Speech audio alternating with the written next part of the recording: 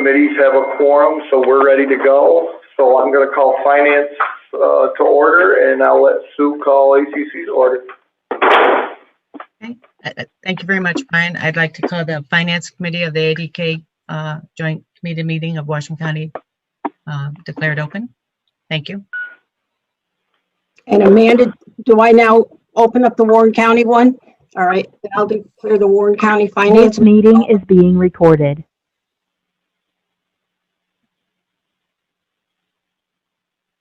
Is it my turn? It's Mike Wilde. I will call the Economic Growth and Development Higher Education Committee to order also. Thank you. Great. Well, thank you, everyone. And if it's okay, I'll go ahead and get started. And this, as you just heard, this is being live streamed through YouTube, so we are recording. And thank you all for taking the time to be with us today. Just a few housekeeping reminders. I know you're getting to be experts at Zoom as well, but just as a reminder to mute your phone or your microphone when you're not speaking so that we can avoid any feedback. We are going to attempt to use the raise hand feature to ask questions so that we can try to manage a large group like this. I'm assuming people know where that is, but just in case, if you click on the participants icon, you'll see a list of the participants come to the right side of your screen, and then you'll see a little raise hand feature that you can use to ask questions. So I have Patty Jo Tennyson on the line from our team who's going to monitor those. And I'll do my best as I go through the presentation to pause and look for any questions. So if it's a little clunky, please excuse us, but we'll do our best to make sure we answer your questions in order and as often as you'd like. So I do want to take a moment to just thank Sue Clary and Mike Wilde for joining us in creating our virtual graduation, which is coming up tomorrow at 11 o'clock. We will send you the link as soon as we get it if you're interested in watching. And you don't have to watch it live. Of course, you can watch it at any time, but we're pretty excited to be able to honor our graduates tomorrow, and we appreciate the county's support in doing so.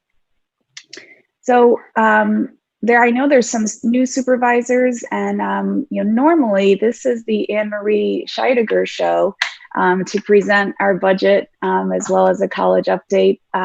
Anne-Marie is on the call, and she's just rejoined the college community this week after bringing in a new person into our world, little Mia. And so we're thrilled and congratulate Anne-Marie. And since she hasn't really been in touch with us, we decided that maybe I will attempt to present the budget, but Anne-Marie, of course, will chime in should I make a mistake or cannot provide the full extent of information. So being CFO for a couple months was really fun, but I'm really excited to have Anne-Marie back. So thank you, Anne-Marie, for being with us today. And we do have a few other members of our team on the call, and a couple trustees might be listening in. So we're not going to talk entirely about budget today. I wanted to update you on a few things that the college has been up to. So I'm going to go ahead and share my screen and we'll get started.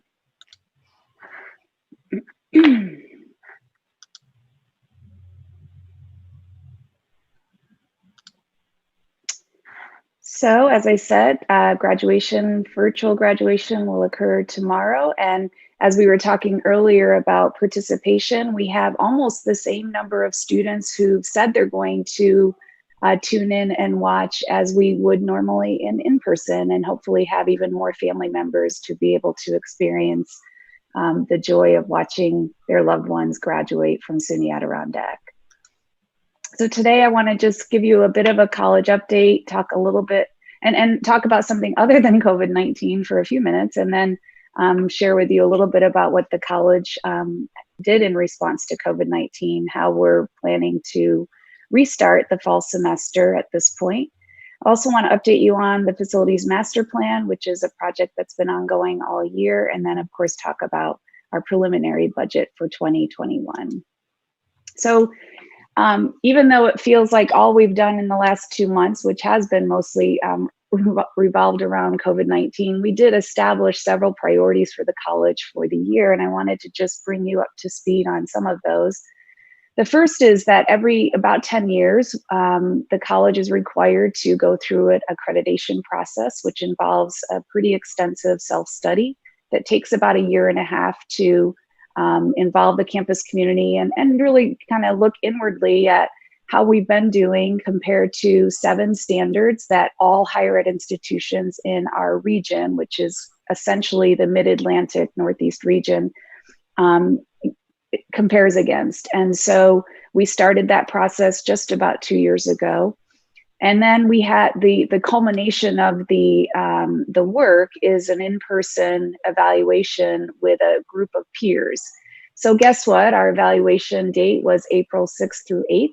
And so we were able to still move forward and do the visit in a virtual way. We're one of the few institutions that have ever done a virtual visit for our accrediting body. And it went off without a hitch, which was amazing.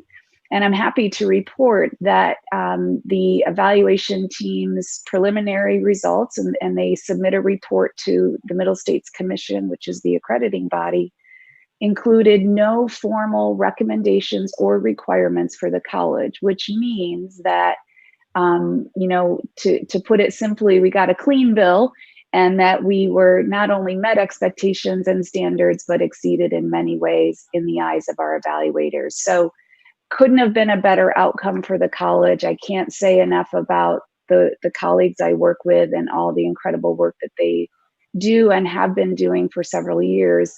Just to give you a sense, in 2008 was the last official visit from Middle States. And we did have several recommendations and requirements that the college did have to follow up on. So to get to this point 10, 12 years later is really a great accomplishment for the institution and something that you can be proud of. We also established some new investigating some new opportunities to diversify our enrollment. We'll talk in a minute about our enrollment. So we were looking to pursue opportunities to provide prison education programs, also to look at international partnerships. We were working towards securing funding to build a multi-sport turf field complex. This was actually a project identified in our last facilities master plan. And of course, we've had other priorities since, but we were able to secure funding through our Faculty Student Association and then submit that.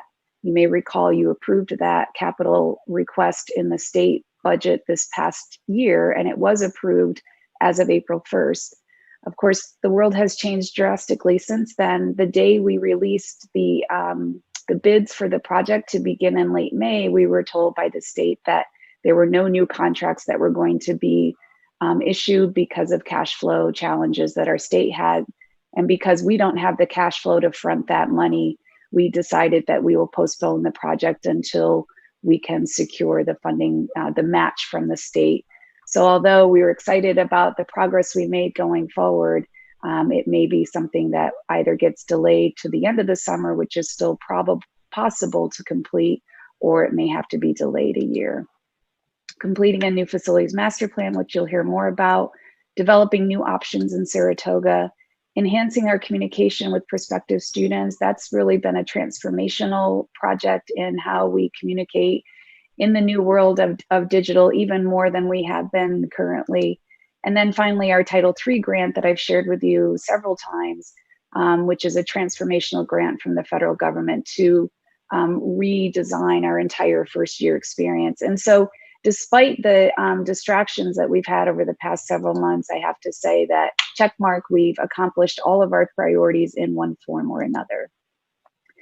Just to give you a sense of enrollment, because it's a conversation that I'm sure people ask you, and obviously something that we are very in tune with. This just gives you a several year look back, really pre-last recession to this past fall. The yellow line that you see at the top here is the total enrollment. That includes all credit enrollment. This does not include things like our continuing education and workforce development, which we typically call non-credit. But you can see, of course, where we spike is when at the height of the recession, although Adirondack was a little bit different than our peers, really 2010 and 11 were the peak times for many of our peers. Then we opened housing in 2013, and you can see that we also had a spike then. And then we've been following the trajectory that most institutions across the nation have been following when the economy was in better condition. The green line below that is the actual credit. Those are students taking courses on campus or online. And you can see the drop in enrollment from 2008.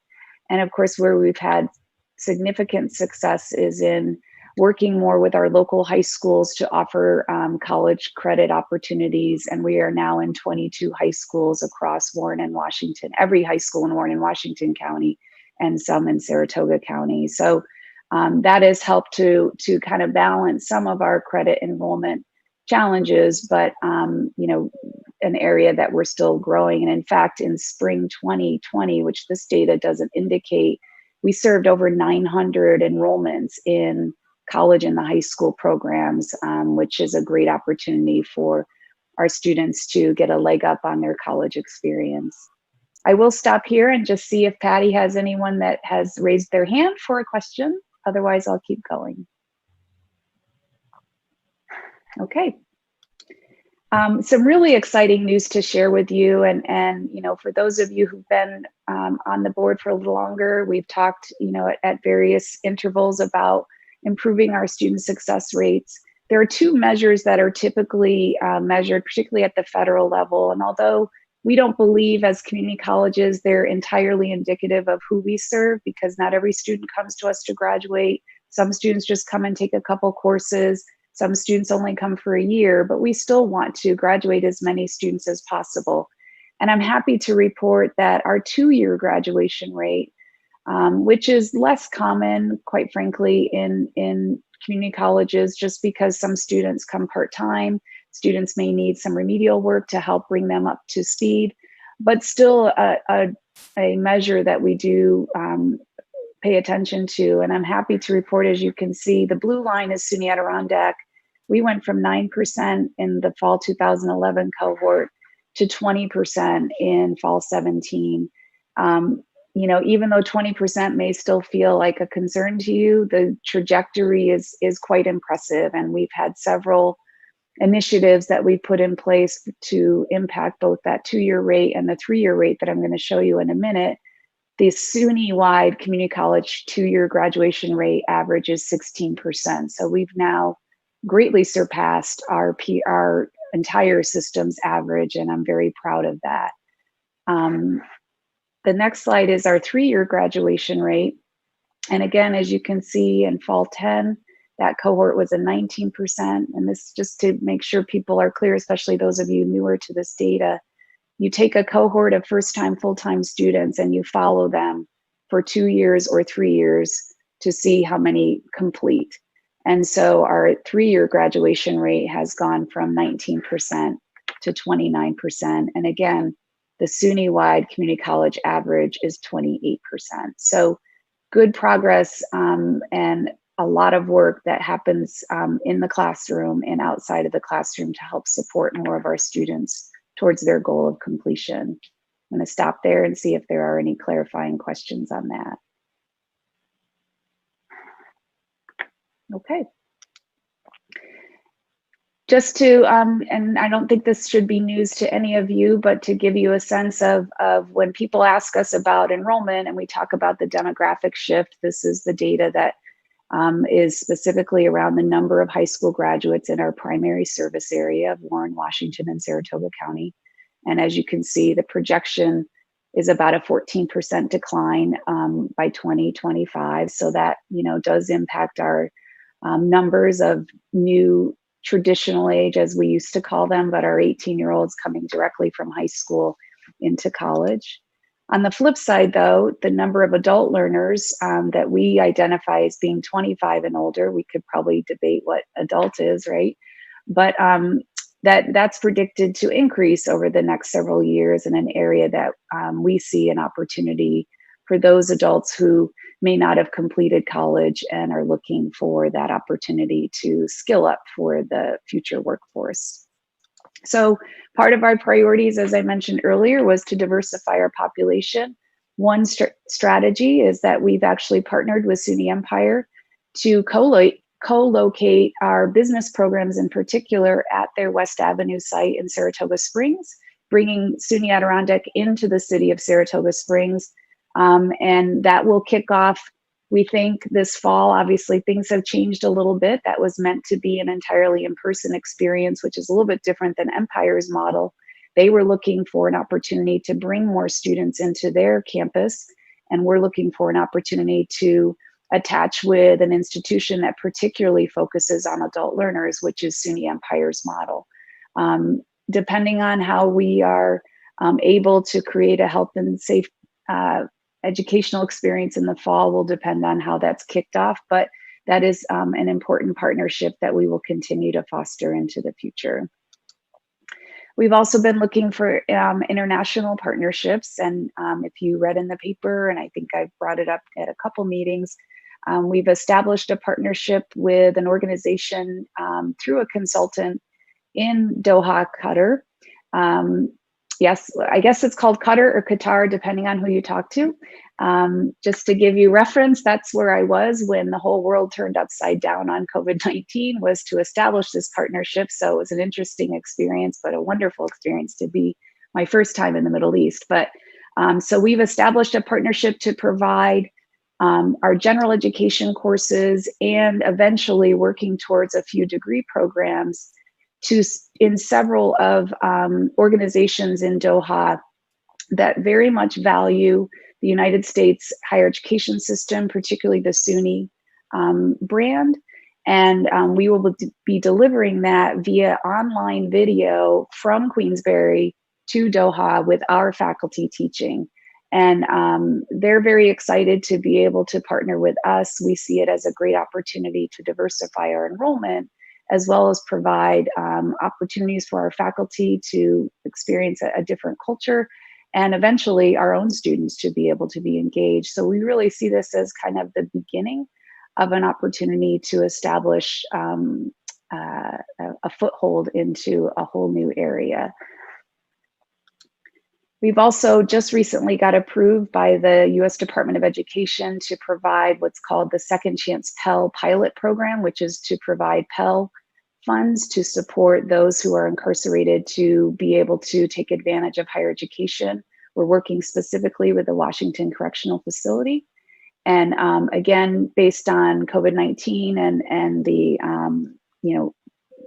whatever can be done in a health and safety provision will determine when we'll be able to start that. But they've been a great partner. They're very interested in being able to help those who will be released in the next 5 years to be able to enhance their education and be ready and productive citizens of society. So I'm going to transition a little bit to talk about the semester to remember, as we've been describing it for our campus community. In the spring semester, when we were directed by Governor Cuomo, we moved over 600 courses to remote delivery by March 23rd. We did it in about a week, and I can't again say enough about our faculty for doing something that many had never done before, and with a lot of support and collaboration. And I'm happy to report that we finished the semester quite strong. And one of the indicators that we looked at is, did we have more students withdraw as a result of migrating to a new delivery system? And in fact, our withdrawal rate was 3% lower this spring compared to last spring. Our passing grades also remain stable, which we feel that those two indicators at least helped us to understand that our students didn't fare less because of moving to remote. It's not to say that some didn't struggle, and I wouldn't want to give that indication, but I can tell you that the amount of support that our faculty gave to their students, a whole team of student success advisors to reach out to students, really did make a difference. And we surveyed the students to ask them specifically about the transition during the COVID crisis, and 95% of the students indicated that they were satisfied with the college's handling of that transition. And, as we were kind of talking offline a little bit earlier, the digital divide is real. We very much learned that. We quickly surveyed our students to find out what they needed. We deployed hundreds of devices, laptops, Chromebooks, web cameras, even entire PCs in some cases, tried to identify hotspots to help the students.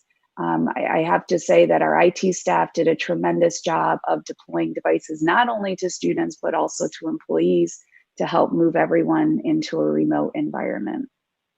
This summer, all of our courses are also in a remote delivery mode, and those classes started on May 18th, and our next summer session will start after the 4th of July.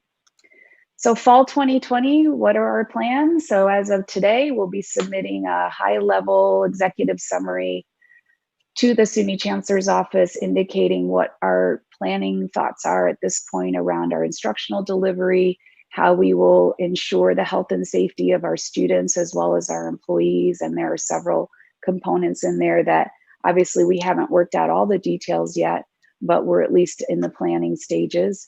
Our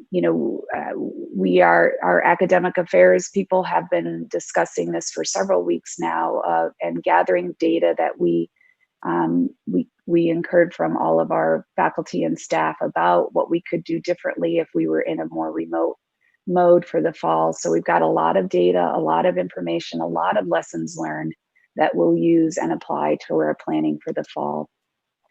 Next week, what we're calling Advance ADK, which is our restart group. In phase 2, we have 6 work groups that will kick off their work in a variety of areas to, again, prepare for our fall opening. In June, we're expecting guidance from the governor's office. It's been made very clear to us that none of our plans can be shared publicly until they've been approved by the governor's office. So we are anticipating and hopefully very soon to receive the guidance on what the governor would like to see in a plan. And then we've been told that his office will be responding to us in July or hopefully earlier. Obviously, the longer it goes into the summer without being able to really publicly announce our plans makes it difficult from an enrollment perspective. But of course, we will honor and respect the health and safety requirements, not only from the governor's office, but of course, our county public health officials. So this is the timeline that we're working under right now. Hopefully it could be accelerated a little bit more so that we can reassure our students, and we will be open in the fall, that's no doubt.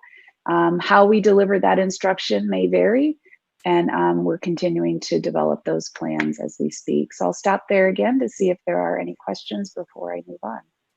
Dr. Duffy, I did have Mr. Leggett Okay. raise his hand.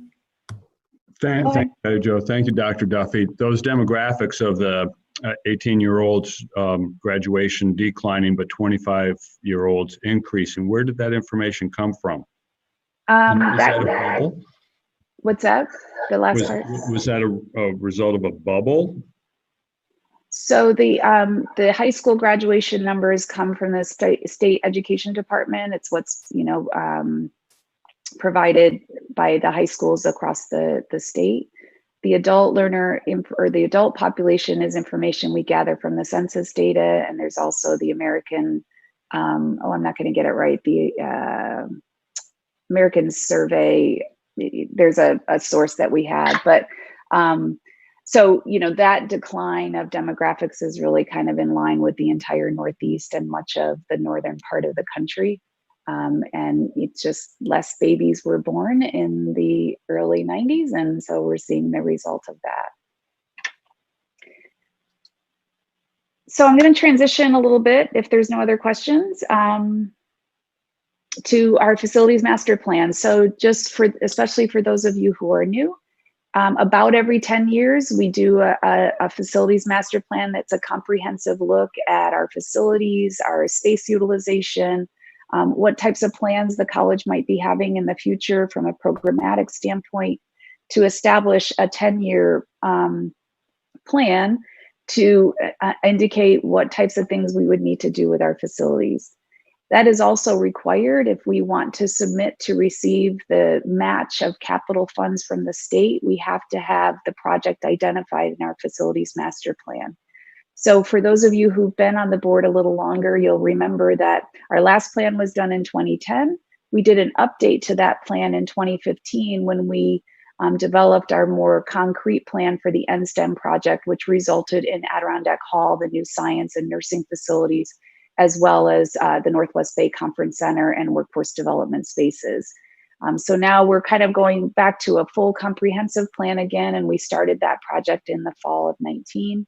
We engaged JMZ architects and planners out of Glens Falls to assist us. They're very familiar with the campus. They've been a great partner in multiple projects at the college for several years. Throughout the winter and the early spring, they've been looking at conditions of our facilities, evaluating how we use our instructional space and how well and efficient it's used. A lot of interviews with faculty and staff across the campus. We did an online survey with our students because by that time we were all remote. And, you know, just another indicator, we got a tremendous response from the students with an online survey and probably much more input than we might have had in person. So it worked out very well. Then the planners have presented at least a high level look at a master plan consideration and some themes. And then those areas that are in bold this summer, they'll continue that work for a final presentation in the fall. I just want to give you very high level what they've discovered to date. So they've looked at space both in Queensbury and Saratoga. And these are just some categories that they found consistent interest from all the constituents that were interviewed. So here in Queensbury, we have a growing need for space for tutoring and particularly accommodative testing. Our numbers of students with special needs has increased dramatically over the past several years. And in order to provide them the type of accommodations that will help them be successful requires some new ways of thinking of our space. A lot of focus on student life and campus culture.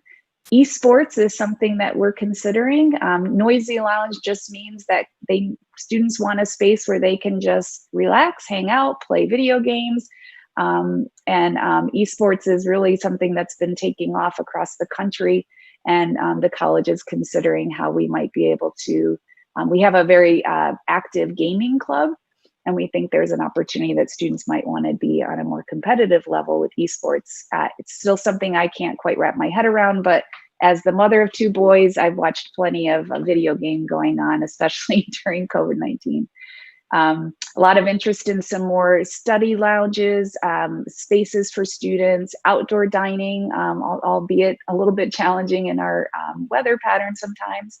I don't think this should come to it as a surprise, improving our athletics, recreation, and physical education space, a little bit more community space in our residence hall.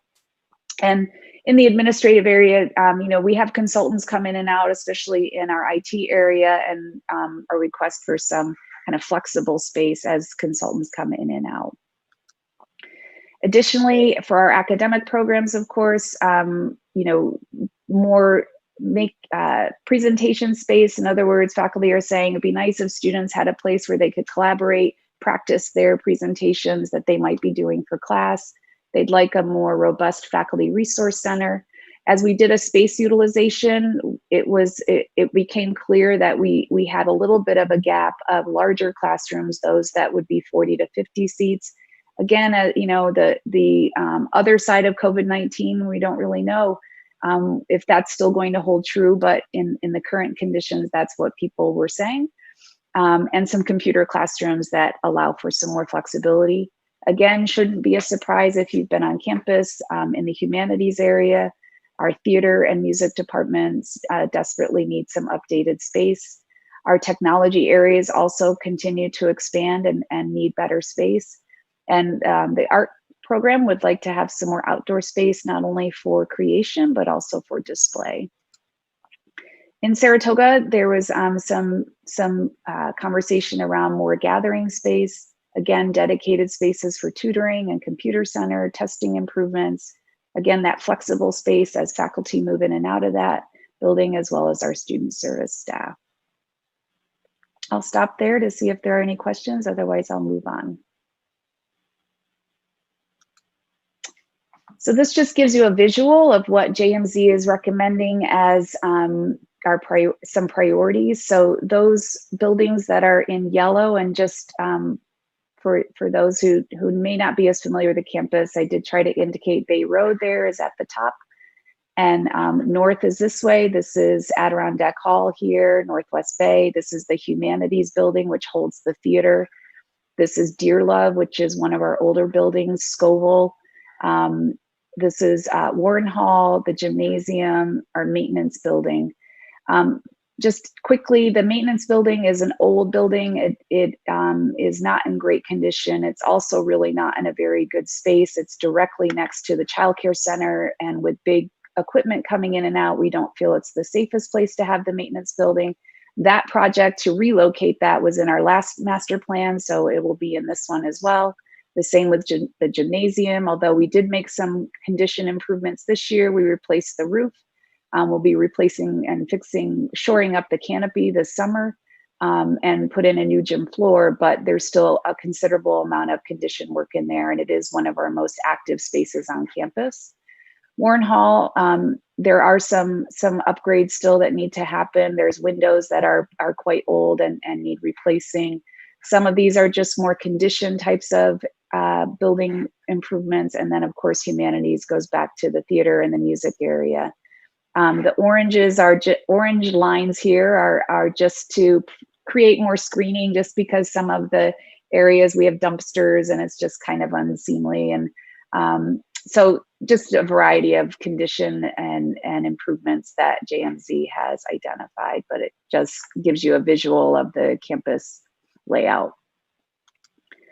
So our next steps in the process, give you an update today. The planners and architects will be coming back to us with more specific concepts all the way through to August of actually giving cost estimates to many of the projects.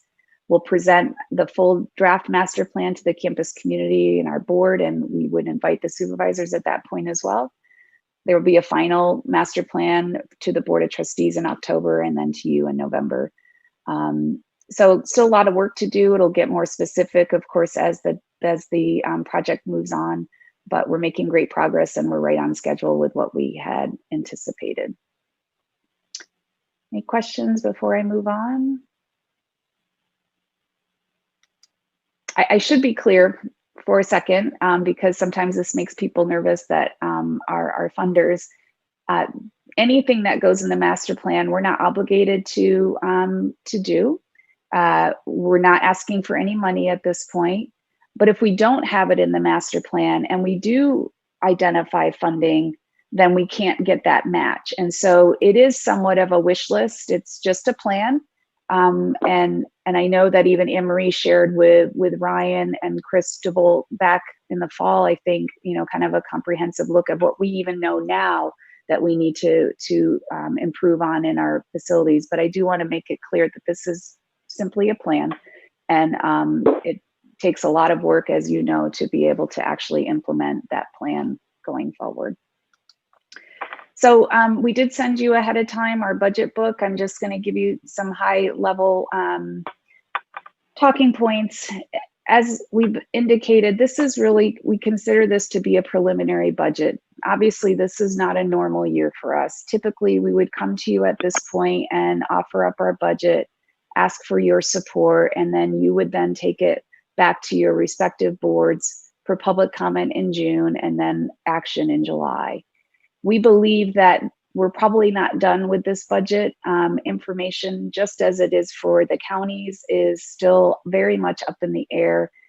Probably one of the hardest budget years that I've had in my time at Adirondack, because we just don't know a lot. So, but we wanted to at least provide you what we're thinking right now, with the understanding that it is likely to change. We're hoping to get better, more detailed information in the next several weeks, but we may have to just get to a point of putting, the stake in the ground and saying, this is our budget and it's going to be subject to change at some point as the state continues to grapple with its fiscal challenges, and then how that trickles down to us as well as to you. So at this point, we drafted a budget that was anticipating a 15% reduction in state aid, which equates to $1.4 million. We also have a conservative enrollment projection decline of 9%. I'll come back to that. The Board of Trustees did approve a modest tuition increase of $144 for the entire year for a full-time student. And we built the budget on a potential sponsor increase of $71,000. I'm going to go back to a minute for the enrollment projection, because typically people have been asking me, well, you know, if there are so many people that are unemployed and the economy is struggling, that typically is when students go back to college, and a lot of times in community colleges, which we welcome. However, we just don't know, when you layer a pandemic onto that situation, what that might do to enrollment. And so, you know, as we're watching our numbers right now, we're pretty significantly below where we were last year at this time. Now, again, it's an unusual year. We're not really comparing apples to apples, but it's the information that we have. What we hear from our prospective students and really across higher education is a lot of students are just delaying their decision until they get confirmation from institutions on how they're delivering their instruction, which goes back to that timeline I shared with you earlier.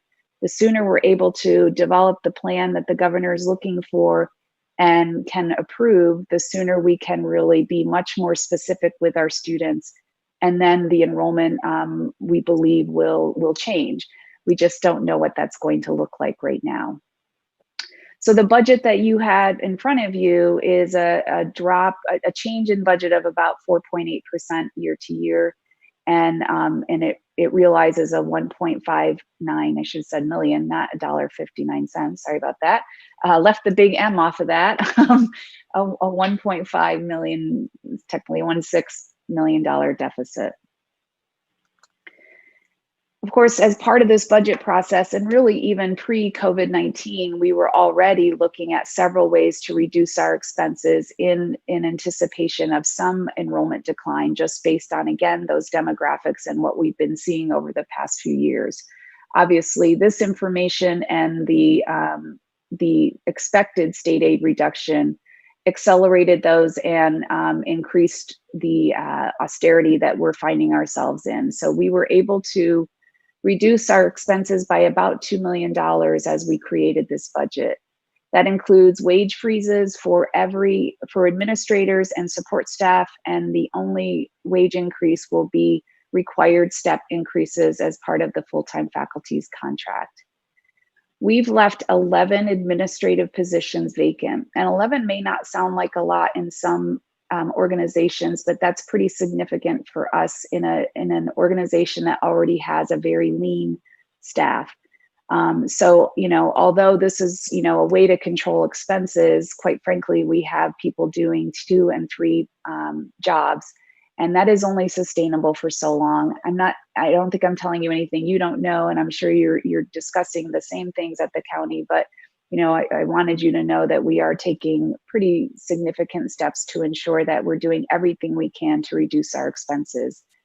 Any discretionary spending categories we've either zeroed out or reduced drastically. And we've also been able to leverage funds from our auxiliaries, our foundation, and grants to, in some cases, be able to pay for salaries to keep some of our staff. And of course, pay for some of our operating expenses, which has been a tremendous help. I'll stop there before I move on and see if there's any questions. Yes, Dr. Duffy, I believe it's the Washington County Chambers.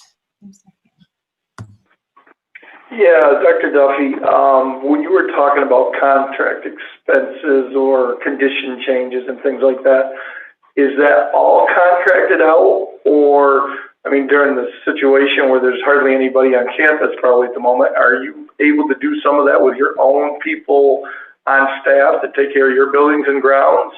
Or is this all going to go out to bid? I think I understand your question. We currently do not contract out any of our cleaning, our general facilities work. What I was speaking about before with the turf field is that because it's a large scale project, we bid that out because we're required to. But okay, so I was thinking more like screening and changing a window or something. Is that something that you could do in house, or is that not even possible? Yep, we typically do quite a bit of that work. Anne Marie, I don't know if you want to chime in. Sure. There are usually several projects included in the facilities master plan that we end up doing internally. And we keep track of that. Our maintenance staff actually is capable of doing quite a bit. So, you know, a lot of these projects as they come along, when we have time and we have the skills, we do them in-house. The screening we would most likely do in-house, those types of things. But we include it in the plan so that it's part of a plan and we know.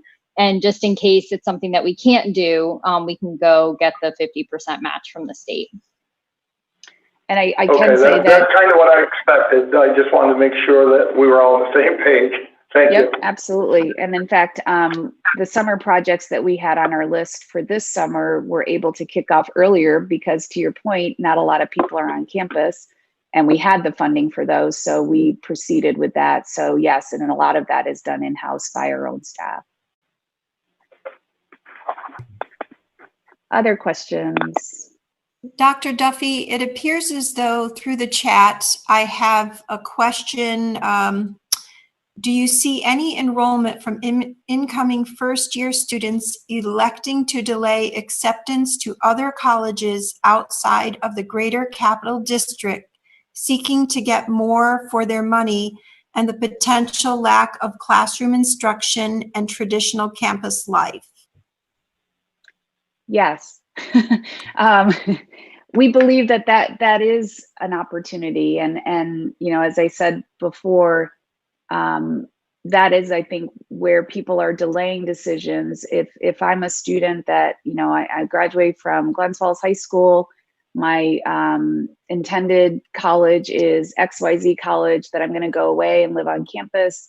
And if you know, based on COVID-19, it's an indication that there will be less in-person classes, then yes, I think that some parents and students will make a choice to stay home for a while, and we absolutely want to be there for them. So in fact, I'm going to come to that at the end of the presentation to ask for your help in helping us carry that message. So yes, that's a very real possibility. And so the only reason we're being conservative is because there's just not enough information at this point to know if that's really going to come to fruition or not. If you follow the news across higher education across the country, many four-year privates in particular have announced that they're going to be face-to-face in the fall.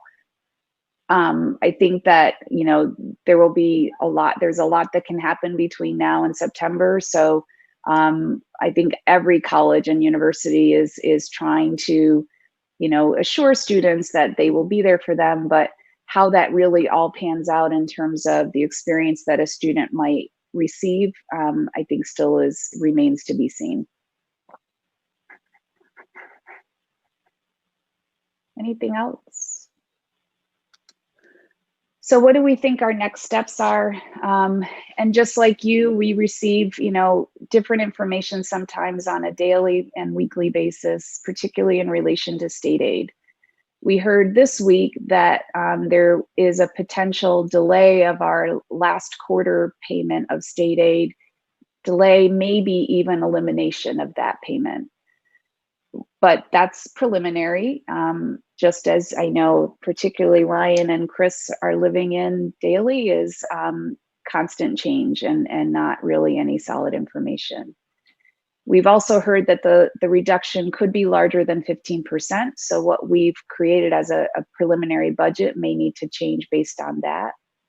The one thing I should be clear on is that we did not, and we did this purposely, factor in any stimulus money that we are expecting from the federal government as a result of the CARES Act.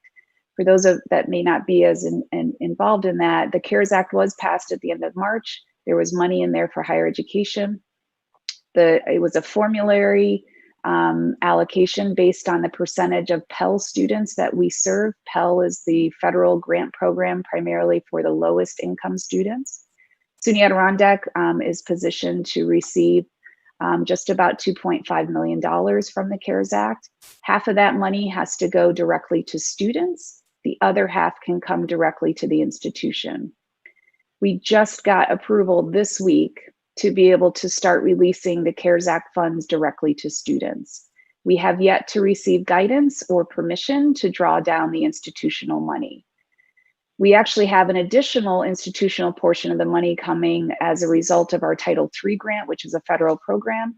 So we're anticipating that we could receive $1.4 million from the federal government. And at least the initial guidance from the Department of Education indicates that there's pretty good flexibility in that money on how the institution can use it. The spirit of the money was to help us with the expenses that we've incurred as a result of COVID-19 and those that we anticipate. However, we just don't know yet, and we would anticipate that the bulk of that will have to probably just cover the potential state aid reduction. So we just don't know enough about it. We don't know enough about what we can spend, when we can spend, and so we purposely did not put that in the budget, but I wanted you to be aware that that is a possibility, and we expect to be able to use that at some point. So, you know, those conditions continue to be changing, and so we just that's why we're calling this preliminary budget. We expect to present an updated budget to our board, the Board of Trustees, on June 25th, and then we would ask to come back to you with an updated budget directly after that. And that would then push our timeline back to submit our budget to Suny, which is the final step in our process, to late August. It's not, we don't believe that's a problem. These are unusual times. We don't have a lot of information. So as I said at the top of the meeting, typically you would act on this in July. Because of this, the information, the lack of information and certainty, we believe that we will need to push that back to July and August with your support. And so that's what we're thinking about right now. We're not asking you to take action today. This was really meant to bring you up to speed on where we are as an institution, ask for your support, particularly in relation to the sponsor contribution of an additional $71,000 that's split by the percentage of FTE per county. And that's in your budget packet, with the understanding that we'd be coming back to you, hopefully with more solid information in the next several weeks. So before I just wrap up, I want to just open it up for any other questions regarding our budget process or any information that we can share to help you.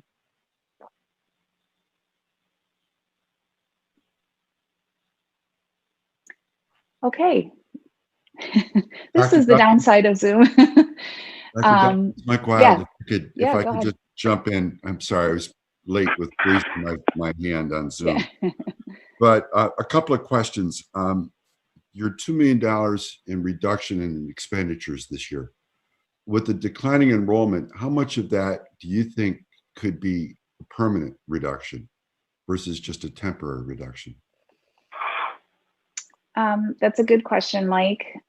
We have been very methodical over the past couple years of right-sizing our adjunct pool in particular to our enrollment, and have done, I think, a very good job of aligning that as best we can with predicting how many adjuncts we might need. Here's the dilemma that we face with that, Mike, is that if enrollment does, in fact, rapidly scale up, which is very possible, you know, sort of the last minute, okay, now I've decided that I'm not going away, I'm going to stay home, to the question earlier, we have to be able to scale up our course section offerings in order to accommodate that enrollment. We would want to do that to be there for our community. So it's hard to say at this point if where we've thought we're going to cut, particularly say in adjuncts, and that's just one example, we may end up needing more. And so it may not be permanent. It may only be temporary and based on a projection as of today. Some of the other expenses I don't think are sustainable. I mean, you know, we're basing some of the discretionary spending, and you know, just use like travel and food. We've pretty much zeroed out food. Now, I know that sounds silly, but when you have, you know, events on campus and things that, you know, where we're having open houses for prospective students, if we can't have large gatherings, then that may not be a problem. But at some point, this will end and we'll be able to go back to this new normal of operations. So what we've cut in our discretionary funds now are really predicated on not necessarily being fully in person in the fall, but that could change. So I'm not sure it is a long term. There may be some, things that we've learned in COVID, there are things we can do differently and maybe more efficiently than we thought we could even do until you were forced to do it, right? So there might be some more long-term expense reductions that we could be maintained. But many of them are pretty dramatic and I'm not sure are sustainable in the long run. Thank you. I have two more if everyone doesn't mind. But let me start with the first of the two, and this is more of a philosophical or a shot in the dark. But a couple of months ago, I read an article in, I believe it was the New Yorker magazine, that was talking about how higher education is going to change based on the experience that everyone has had about working remotely, doing remote classes, and whether or not students and their families would say, hey, instead of spending $60,000, $70,000 a year or more at a four-year college, that they would be doing more remote classes. And maybe it's the Stanfords, the MIT, the Harvards that would be offering these classes and create a big gap in what traditional four-year colleges can have. And I'm wondering if that's something that you've considered and how City Adirondack could play in a new environment like that. Mm-hmm. Yep, you're right, Mike. There's been a lot of conversation across higher education and all other industries pointing to that. And we have learned that there are more opportunities to provide maybe a hybrid model of remote. You know, if you think about it, University of Phoenix, Southern New Hampshire University, Arizona State are huge online providers and have been for several years. So that market has already existed. I think what we've learned in this is that, and we've heard it even from some of our students, I never thought I wanted to take an online course, but it was actually better than I expected. So I think we'll have that pocket of students. I think we'll still have a pocket of students that crave the in-person, face-to-face experience, whether it be fully residential or not in other institutions. I think there's still a population that really craves that. So I don't think that's going away. I think we're going to find ourselves, as I keep kind of saying, this hybrid model. I think we can learn that, particularly for those students who have other responsibilities in their life, maybe they're raising families, they're working, that a hybrid model can be really effective. And I think we have learned that we can do more of that than we might have thought before. So yes, Mike, I think we are positioning ourselves to think differently about how we can deliver instruction. But I don't think it'll be an all or nothing model. I think people will go back to wanting to have some face-to-face interaction on a more, what's more traditional in terms of the experience. But I think there are populations of students that could really benefit from the new type of model that we've been developing and continue to develop. So we're, of course, monitoring that information as well, having lots of conversations among our faculty and across really the Suny system and across the industry as a whole. So we've learned a lot. I think we can, and I've told people that going back to the old days isn't really productive. What's our new normal? What can we do differently that we never thought we could do? And let's not lose that. And then also improve upon other ways that we can support our students. Thanks, Chris. And just one more. I'm sorry, I didn't get a chance to see the budget package, but I was just curious about your fund balance and what's happened to your fund balance at the college with this $2 million reduction. Are you drawing down significantly that to Yes. make up even more than the $2 million reduction? So the $1.5 million deficit is what we are at least identifying as how we'll allocate the fund balance to cover that. We have a 2.9-ish million fund balance. A portion of that is actually temporarily restricted to support our self-funded health insurance. So This would be a very, very large draw on the fund balance. This is a preliminary budget, and I just want to emphasize that. Just because we identify a portion of the fund balance to use, if we don't have to use it, that will be our goal. We do not want to spend down our fund balance for obvious reasons. That is not fiscally sustainable. But at this point, in order to present a balanced budget, which is what we're required to do, after taking all of those drastic measures, we still had a $1.5 million gap, which is essentially the state aid reduction. So yes, we're concerned. This is not where we want to be as an institution, and why it's so important for us to be able to mitigate the state aid reduction as much as possible, while also leveraging any federal stimulus funds that we are entitled to, which again, there's that $1.4 million that we should be entitled to receive from the federal stimulus package that at least would offset that initial cut from the state. Thanks, Chris. Mm-hmm.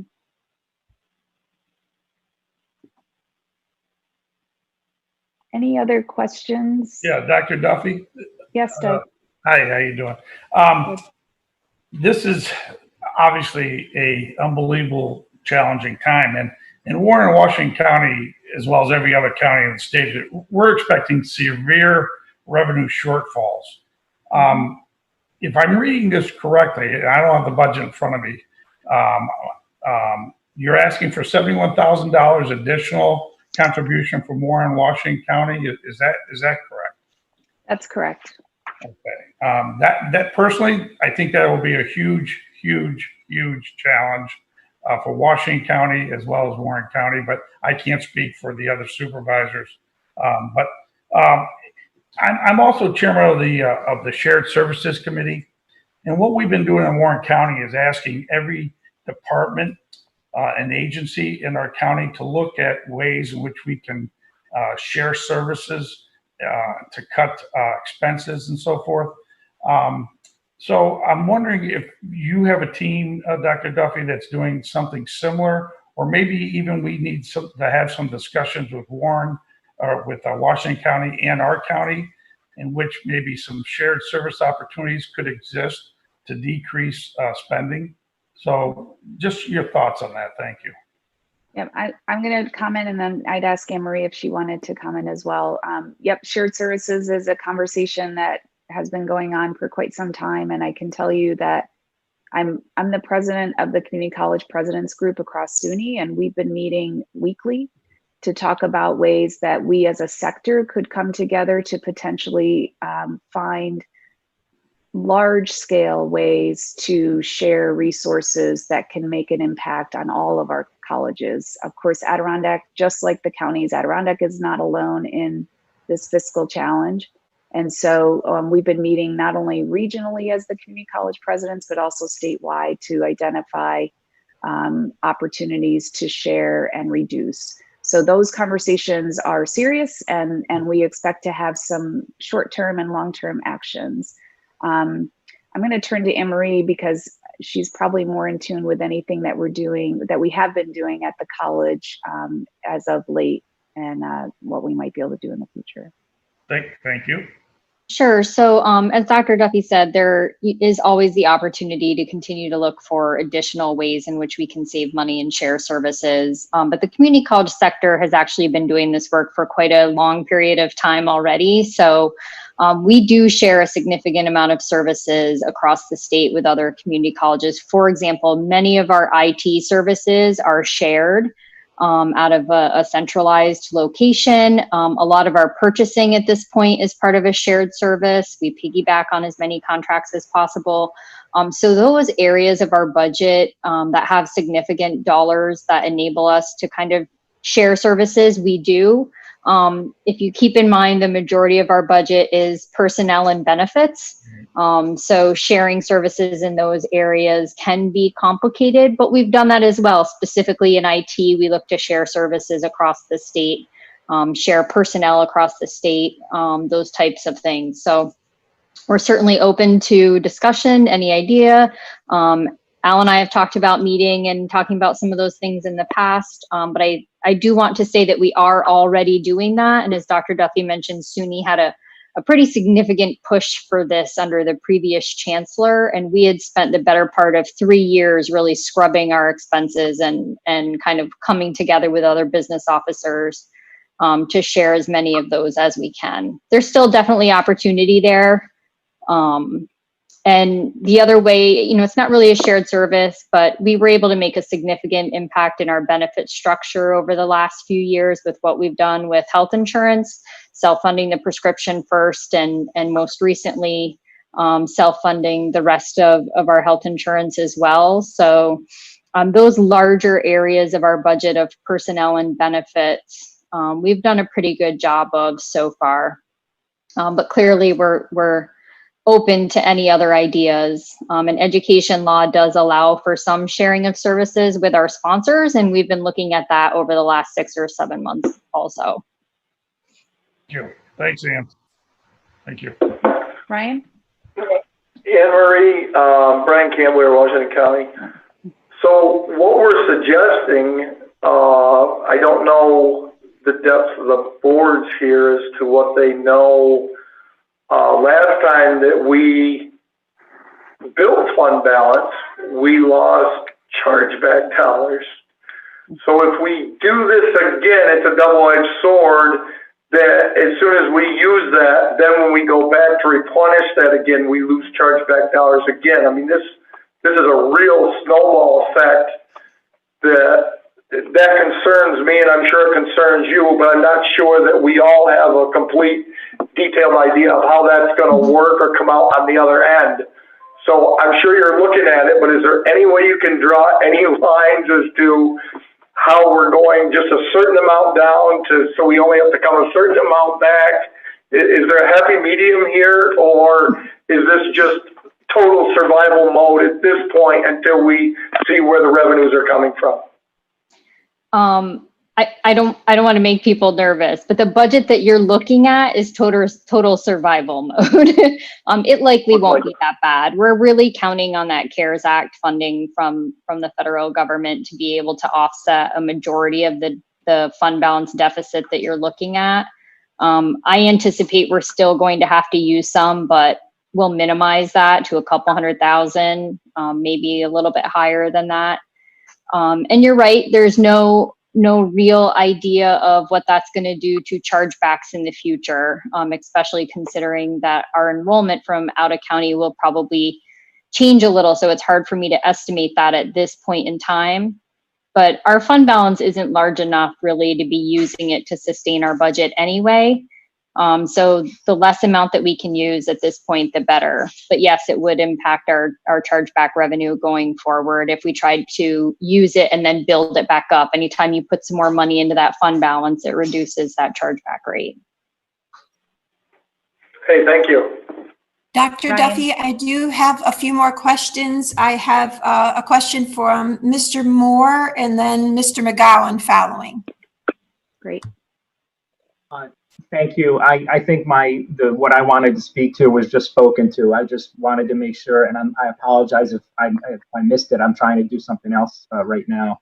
But I just wanted to make sure that the conversation was had about the benefit from the out of county contribution point of view, the benefit of using the fund balance. Mm-hmm. Great. Brad? Oh, my turn. Well, thank you. Dr. Duffy, thank you very much. That was quite a presentation concerning, what we're coming into now is really some unprecedented times. And, I stand behind, education to the fullest, but it seems education also is getting very expensive. Along with everything else. But my main concern is I want to thank you very much for trying to trim all you can off your budget. And as long as what we're trying to do here at the county is really, we got to watch every dollar, and we really don't know what the state's going to do and what the federal government's going to do. And we hear about what they're going to be taken away, and it is scary. And I just wanted to thank you for that. I mean, I hate to tap into fund balances, but I'm sure, you know, the county's gonna have to look at that too, and everybody's gonna have to, and the rollbacks and what comes back and the kickbacks or whatever was said there. It's just, thank you for, you know, really a great presentation, but and trying to trim all we can, but we all have to work together and get through this. And I just wanted to say, you know, thank you for doing a great job. Thank you. I appreciate that. And I do want to highlight that for the students, and, you know, to your point, yes, higher education has been getting more expensive. With our modest tuition increase, we wish we didn't have to do one at all, but it is the only source of revenue that we have as an institution. And there are expenses that come along with increasing, you know, our ability to instruct. Most of our students receive financial aid, and between the Excelsior Scholarship, between the Tuition Assistance Program, TAP, and our own scholarship program through the foundation, about more than 60% of our students come to SUNY Adirondack tuition free. And that will continue. And in fact, we just launched a fundraising campaign in the last month with the help of SUNY. There was an anonymous donor that donated to the SUNY Impact Foundation. So they provided a matching opportunity. If we raise $50,000, we get another $50,000 from SUNY to go directly to students to help support some of their needs, particularly in this time of need for so many of our students. So I really appreciate you bringing that up, and it is a concern for us, and we're looking at every opportunity to make sure students are not hit as hard as the rest of us are in this new world, because we do believe education is the path forward. And, you know, this county and every county is going to have, you know, recovery, and we want to be part of that economic recovery. I appreciate being part of the task force that Mike and Ryan and others are leading. And so we will be there for the community, and everything we can do to keep that expense low for students is in our primary focus. So thank you for bringing that up. Just to follow up, please. You mentioned that a lot of the students, you know, with all they come to the college for free, and it's scary because I know the state is pushing for everybody to have free education, but on who? You know, and that's what really concerns me, is that, you know, I get nothing in this world for free. You know, somebody's got to work for it, and I really am. I'm all for the education. It just, you know, like I said, it just, not to repeat myself, but like you said, it's just, it's a trying some time, and we all have to work through it. So, but you're welcome, and any time I can help, I'm glad to be there. Thank you. Dr. Duffy, we do have a few more questions. First, Mr. Wilde, followed by Mr. Griffith. Oh, you're on mute, Mike. There's a button here somewhere. I have a history of not knowing what to do with that mute button. But let me defer to others who haven't had a chance to ask questions first, and then I'll come back. If there are others. Mr. Griffith. Thank you. Mrs. Duffy, thank you very much. I was very excited to hear you talk more about esports and what the SUNY Adirondack is going to be doing in regards to esports. Do you feel like that's going to have a positive impact on attracting students and possibly retention of current students? Sure. I think any new opportunity we can provide for students that have an interest and passion, I think we would see some maybe new students get involved with the college. And to your point, if they feel more engaged in their education, even if it's as an extracurricular activity, we do see that has a direct correlation with retaining students. So yeah. Follow up to that, do we anticipate creating more class structure around, esports or entertainment or that type of, video game technology? We do have a very strong multimedia program, our new media program, and there is some component in there about game design. But, should there be a demand, then we would respond accordingly. Thank you. Mr. Wilde? Yes, thank you, Chris. I'm sorry, I'm thinking about the numbers and I don't have the paperwork in front of me, but I'm trying to understand something. And correct me if I'm wrong with this, but you said that there's a 1.6 or so $1 million funding gap. If that's what I heard. Yes. And you've reduced expenses by $2 million. Is that $2 million? Well, all right. So we're negative 1.6. We're plus $2 million from reduced expenses, and then we're plus 2.5 million in CARES, and plus some more money in some other federal grant money you talked about. So I just need to understand where the deficit is and how all this adds up. So the 2 million is a reduction in expenses. It doesn't mean we didn't have some increases in some of our expenses. So it's not a 1-for-1, 2 million, 1.6. So I want to be clear about that.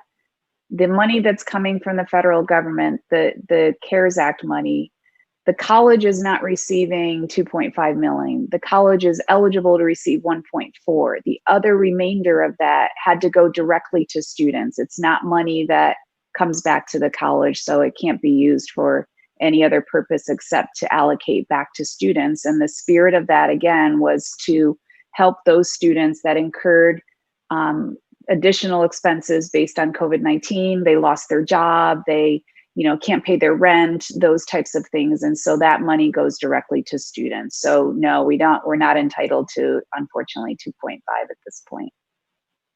Does that answer your question? Kind of. I'm still trying to figure out if there's a gap or whether it's been filled by some of these other funding sources, right? We don't know yet. I guess the point is that we didn't budget in the CARES Act funds because we just don't have enough information yet on when we'll get them and how exactly we can spend them. We think we can spend them that way. We think that will make up, most, again, 1.4, and the 1.6 is the expected state aid reduction. Remember that state aid reduction is based on a 15% model. We're being told now it might be as much as 20%. So that's the problem, Mike, is that every time we think we've got this at least down, then something else changes. And so that's why we want to continue to be able to have an opportunity to come back to you with maybe a more solid budget when we get better information. Thanks, Chris. And thank you also for participating in the Recovery Task Force. It's great. No, I appreciate it. Thanks. Chris, Brian Campbell again. That was a good analogy of what's really going on. Basically, you're thinking the CARES Act might offset what we lose at the state, but there's still going to be deficits because we have no idea what the new number is going to be, and this is changing hourly, let alone daily. And so some things will correct themselves, and some things will become challenges that we never seen, which is the same way we're seeing it local government right now. It's the same. We're all in the same situation. The boat's sinking, and we can't bail water fast enough. So we're going to have to all work together. It's the only way we're going to get to a conclusion here. Is everybody's got to be all in. That we're all looking out for one another and getting through this. We're separately. There's none of us are going to survive, but we're in hopes all together. We will. And Brad McGowan, never met you, young fellow, but I got to tell you, you're a breath of fresh air with the way you just told it like it was. And I think we're all here for the same reasons, and we want this education piece to work, and it's very important to our North Country. And it's funding. It may be tough, but I think we all see ways to get there on these things. There's just going to be a lot of hurdles that we're going to be different athletes than we've had to be in the past.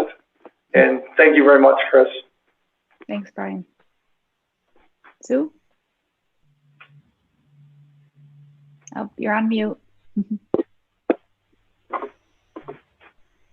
Dr. Duffy and Anna Marie, thank you both for all that you've done to get us through this transition. I can't even imagine how difficult it must have been to have your whole ADK campus and teachers and students switch gears, and yet you did that so well.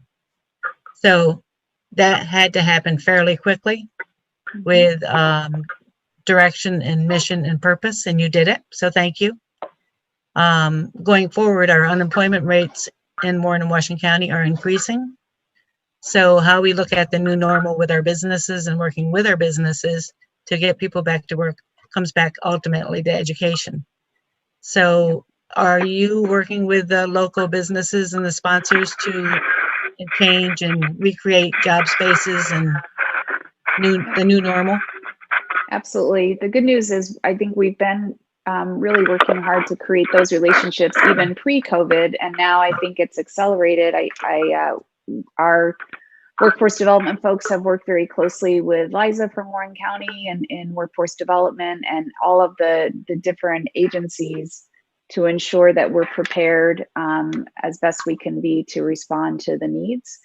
That's what we generally do, and I think we're even through times of being in a more virtual or remote way, our Business Central organization has worked directly with employers and working with students to talk about how to, what jobs are being posted, how to help prepare people for the new normal. So, we are ready and willing and eager to get moving again with our local businesses. So, Thank you. Thank you. So one Okay, final Dr. thing. Duffy.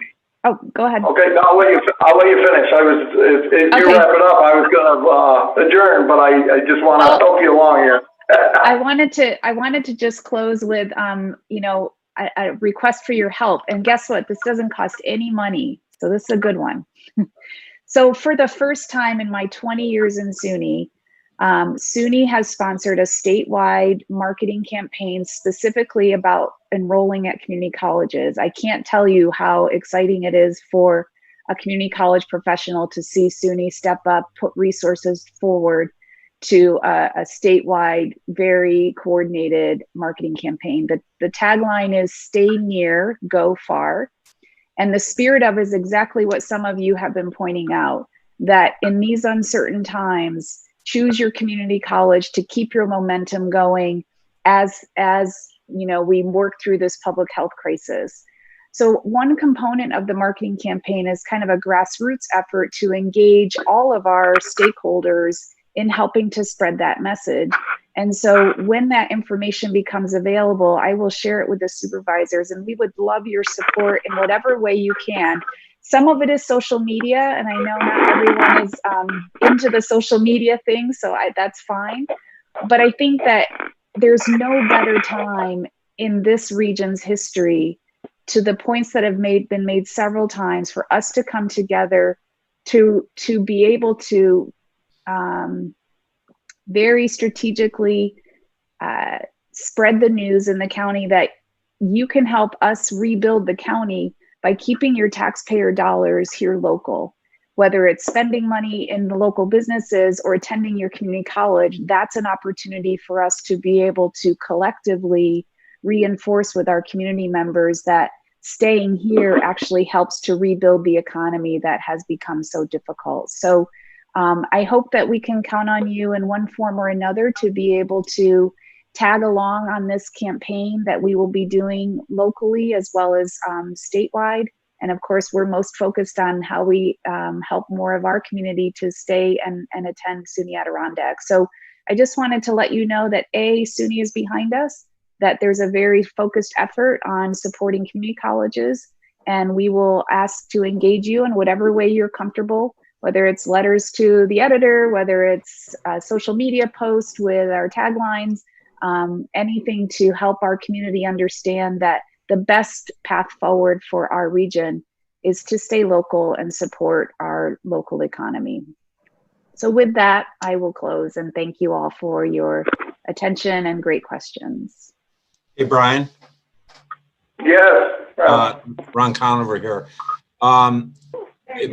more of a comment than really a question on this. Is to Anne Marie especially, and that is that a lot of the budget decision making right now is dependent on the assumptions that you're making, and it would seem to me that what we're doing here is we're running any of possibly 3 different scenarios. Let's say there's a scenario that well, we've got a bump in the road here. There's going to be an impact on revenue, and so how do we work our way through this? And as far as what we don't know, well, we don't know, and so let's just stay calm until we do know.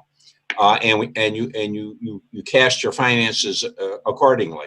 And I'll swing to the other end. There is the scenario that no, this is going to be much longer term.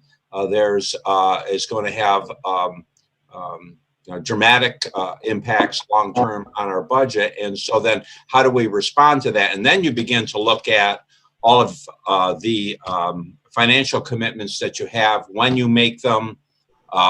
When you don't make them, you start running all kinds of if-then scenarios to ensure that should that scenario begin to evolve, that you haven't foreclosed contractual matters or other types of matters that could help you through that process. So I guess what I'm saying here is that should the situation continue or possibly worsen, those scenarios need to be run. We hope that they don't happen, of course, but should they evolve, should they happen, a lot of the assumptions we're making today are going to go by the boards, and then we're going to be into a different world. So I just hope that some thought is being given to this, and that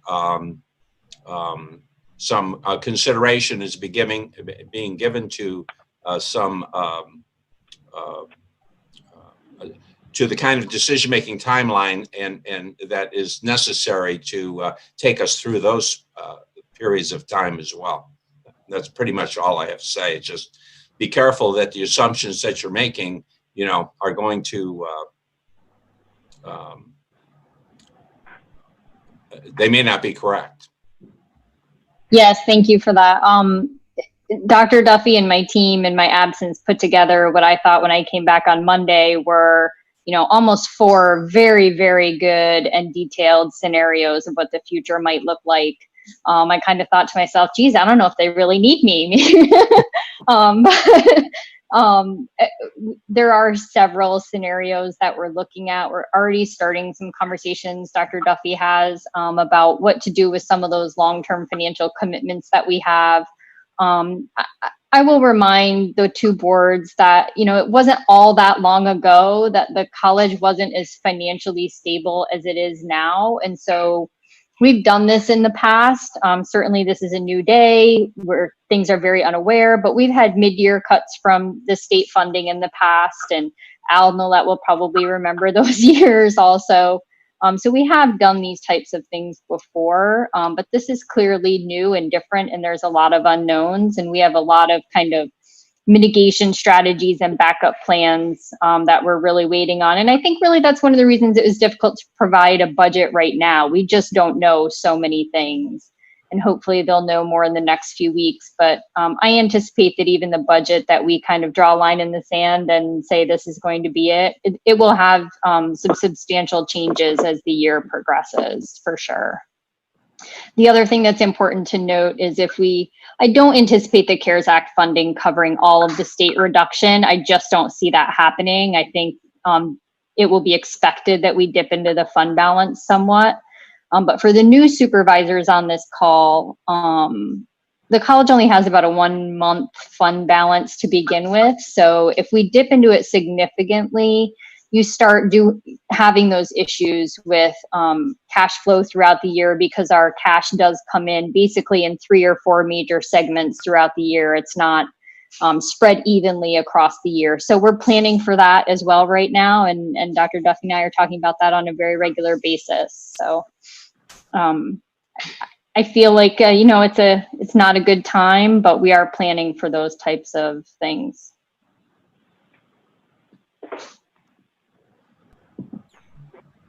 Well, very good. I appreciate everything that everybody's brought. Things that we're kind of already aware of. I know Ron's looking at it kind of the same way I am, as it sounds like, and probably Warren County is totally. Going forward, we're going to have to play it by ear. We're going to be turning on a dime as certain things happen. The good news is if things change and there is revenue coming, we can up the revenue to make the appropriations to go back if we get to go back to a higher level of student enrollment. I mean, so we're not, you know, the budget's a plan and we're not totally bound by it. It's just a way to get from here to there. And right now we don't know where here there is, let alone where there is. And I look forward to working with everybody going forward. And at this point, I'll move to adjourn unless there's any other questions.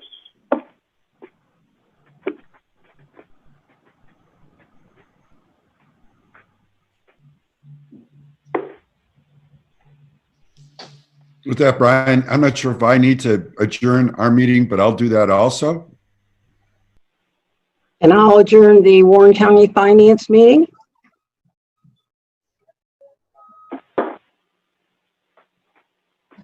And I'll adjourn the Washington County meeting, joint meeting. And if you need a second, I'll second that. All right. I wasn't sure. I didn't hear Brian come up with a first or a second, so I wasn't sure. So if I'm making the motion, you're second it. Thank you, Doug. Welcome. I think we can stand adjourned. Thank you. Thank you. Thank you very much. Thank you. Have Thank a great you. weekend. Good luck. You too. Bye. Congratulations, Anne Marie.